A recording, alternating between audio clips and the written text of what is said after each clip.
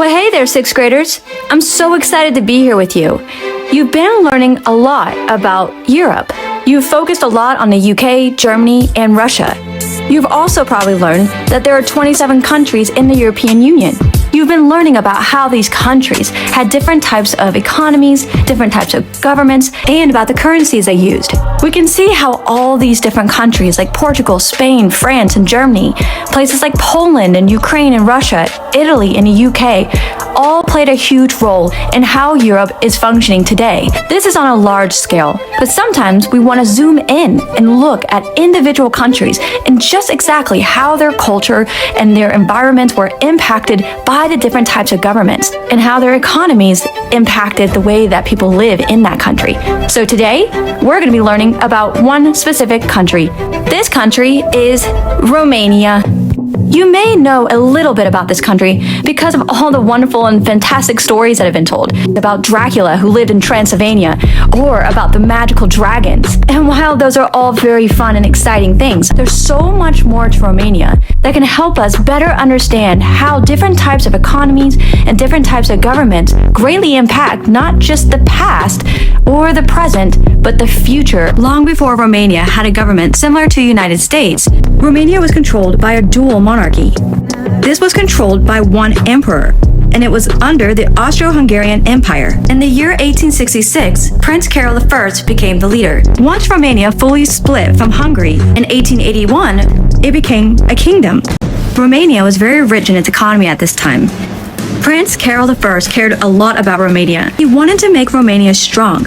He built schools, roads, bridges, and railroads. Many of these things function today because of him. He helped a lot of the major cities grow in Romania. So let's talk about the economy at the time. Romanian mostly functioned under farmers, which lived on the countryside, and they grew wheat, corn, potatoes, grapes, and vegetables. Families raised sheep, cows, pigs, and chickens for food and trade. Many villages still used a traditional economy where people traded goods or worked on land owned by wealthy families. However, King Carol wanted Romania to become more modern and independent, so he helped build railroads, bridges, and factories so people could sell their goods faster. He also built schools and banks, which helped the middle class start to grow. Foreign countries like France and Germany began to invest in Romania because it was becoming stronger. In the 1890s, this is where Romania's economy really sparked. Romania became one of the first countries in the world to produce and sell oil. So Romania got fancy, and it changed its economy to a market economy. However, even though Romania was growing, many farmers were still very poor. A few landowners controlled most of the farmland, so while the cities were modernizing, the countryside stayed traditional and slow to change. We also can't forget about King Ferdinand I. He was considered to be a brave and loyal leader. He too believed in making Romania a stronger country. He believed so much in growing Romania that he actually fought against Germany and joined the Allies, France, Britain, and Russia during World War I. He was able to double the size of Romania. What's important to understand under his kingdom was that the government controlled most of the trade and resources, making it a command economy. After World War I, King Ferdinand did make the government back to a mixed market economy. Romania was able to export their own goods, as well as buy and import goods from other countries, making it a free and growing market. Alright, let's wait a sec. Things have been going pretty smooth so far, but now we're gonna mix things up a little bit. It's gonna get a little messy. Do you remember how I said earlier that the way a government runs its country can greatly impact its economy, its currency, and the overall culture of how people live? Well, this is exactly what happened to Romania. While Romania did have a kingdom, the problem was that in 1929, when banks and businesses in the United States failed, it directly impacted the way that Romania ran its kingdom. How can one nation, far away and ruled by a completely different type of government, control and impact a different country and their kingdom? Banks and businesses in the United States failed. The problem spread all over the world. Countries stopped trading, prices dropped, and people lost jobs.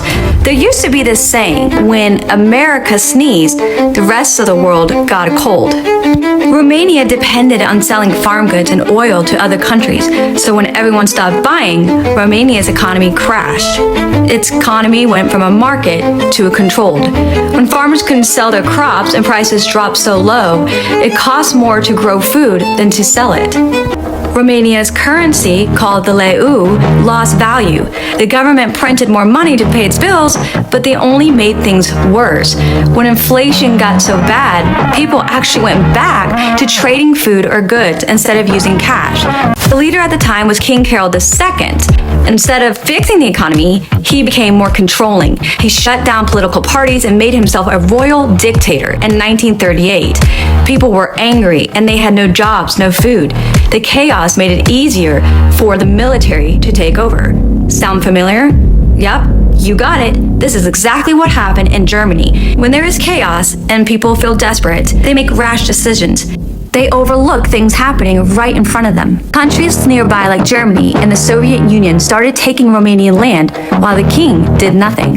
There was actually a king. His name was King Michael I. But let's be honest, the kingdom really meant nothing anymore. In 1940, World War II started, and this is when Ion Antonescu took control. He created what we know as military dictatorship, meaning the army made the rules. Very few people really understand how much Romania actually played a role in World War II. Antonescu decided to join Hitler and Nazi Germany. This helped the war end faster in Eastern Europe, but it also opened the door for something new, the Soviet Union. Here's where things get real interesting. Since the Soviet troops were already inside Romania after helping defeat Germany, instead of leaving, they stayed and slowly took control of Romania's government. They forced King Michael I to give up his throne, ending the monarchy. Romania, controlled under a kingdom, would no longer exist. Okay, here's the thing. Romania became a people's republic, but it was really controlled by the Soviet Union. There was a new system controlling things. It was starting to spread amongst many countries. The name? Communism. This means the government owned everything: factories, farms, housing, stores, and the schools. People were told that this would make everyone equal, but really, the government had all the power, and the Romanian people had to obey. Once again, Romania's economy changed. It was now a command economy. This Soviet-style government decided what was made, how much, and who got it. So farmers were forced to give up their land and join big collective farms. Factories made what the government ordered, often weapons or heavy machines. Romania would end up being controlled and governed under a communist dictatorship for 40 years. While Romania had several leaders under the Communist Party, we're going to look at one in particular, Nicolae Ceausescu. He went into power in 1965. He would then rule for 24 years until 1989. He wanted Romania to be independent and debt-free, so he forced people to export most of what they made, food, oil, and goods, to pay off foreign debts. This meant that Romania didn't have enough food, heat, or electricity at home. While the economy looked busy on paper, people were struggling to survive. Romania still used the leu as its money, but during his rule, the leu lost value because the economy wasn't producing enough real goods for people. Prices were tightly controlled and people couldn't freely exchange money for foreign currency. He eventually tried to trade with Western countries like France and the US to look more independent, but his strict rules made trade collapse. He exported too much and didn't import enough.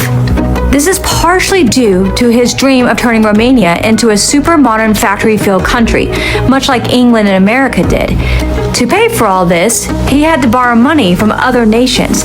He promised to pay it all back, but this became difficult. So then he started to create new laws, something like the baby boom law. In 1966, he passed a strict law that required mothers to birth at least 4 children because he wanted more workers for his new factories. This was in part due to the Industrial Revolution. Police and doctors even checked to make sure women were having babies. Families who were already poor suddenly had too many mouths to feed. This would lead to Romania becoming one of the most known countries for the amount of orphanages that were created in such a short amount of time. Children grew up hungry, sick, and often alone. The places were overcrowded and underfunded. The Romanian people were truly suffering. Other nations like the US started to realize and see the horrible conditions that Romania was under.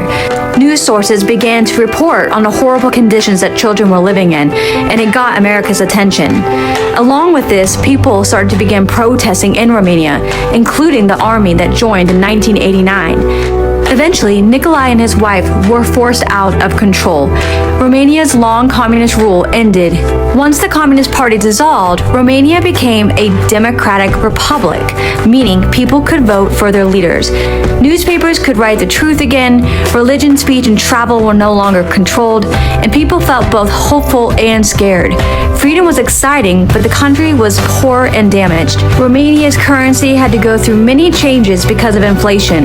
Americans, along with people from Britain, France, and other countries, began sending medicine and doctors, food and clothes, blankets, toys, and school supplies. Charities and U.S. doctors and nurses taught Romanian caregivers how to care for malnourished and sick children. Many American families stepped in to rescue the children that were left in the orphanages. Between 1990 and 2004, over 30,000 Romanian children were adopted by families in the U.S., Canada, and Western Europe. One of the most interesting facts about Romania's economy is that in June of 1995, McDonald's would become a staple in growing Romania's economy. It created thousands of jobs, local suppliers, taxes and investments, and training in capitalism. After McDonald's success, other global companies followed, like Coca-Cola, KFC, IKEA, and Ford. This created competition, new jobs, and consumer choice. In other words, it finally became a mixed market economy. In 2004, it joined NATO, and in 2007, it joined the European Union. Today, Romania is still a democratic republic. But unfortunately, Romania is a country that is still heavily impacted by all the decisions that the government made many years ago. Much of Romania's regions and people are still behind. Despite progress, parts of Romania are still less developed, especially rural areas. Infrastructure, healthcare, and local jobs need more support. Issues like corruption, uneven development, and political uncertainty affect how well the country can use its full potential. From a small kingdom under King Carol I to a nation torn apart by world wars and dictatorships, to a country finally standing on its own 2 feet, Romania has lived through more changes in 1 century than most nations see in 3. Romania's story is not just about kings and wars or borders and battles. It's about people, farmers, families, and dreamers who never gave up even when everything around them fell apart.